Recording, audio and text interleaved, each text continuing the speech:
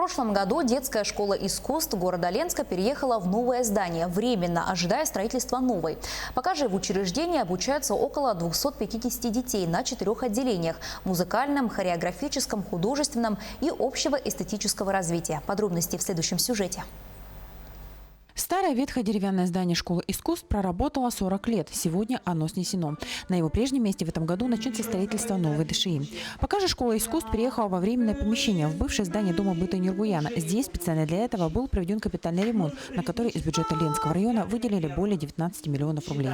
Стало более, скажем, конечно, просторнее, да, то есть если мы в старой школе находились в несколько таких стесненных условиях, да, то здесь, в принципе, сами видите, что и площади больше, да, то есть и коридоры шире, и, скажем, с точки зрения какой-то пожарной безопасности, да, как-то более-менее как-то, да, плюс ко всему все-таки каменное здание. Есть каменное здание более такое капитальное, да, массивное, поэтому в этом отношении, конечно, я считаю, что нам повезло. Площадь временной школы искусств 650 квадратных метров. Здесь расположились 19 классов, кабинет директора, учительская, малый зал, а также гардеробная, кладовая, библиотека и пост охраны. Ну а самое главное, что мы находимся в одной плоскости, как я говорю. Если в старом здании мы ходили по ступенькам, передвигались ниже, выше, то здесь мы в одной плоскости. Все преподаватели имеют свои кабинеты. Единственное, конечно, что малый актовый зал. Вот. Ну, обходимся пока. Так как массовых мероприятий мы не можем проводить согласно вот того, что происходит сейчас у нас.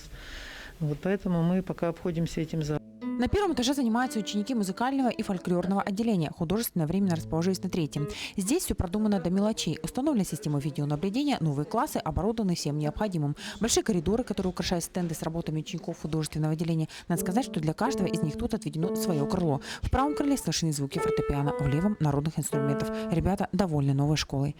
Стало просторно, чисто, красиво, все хорошо. Школа раньше старая была, а сейчас новая, красивая, большая школа. Заниматься здесь приятнее, чем в той прошлой школе было.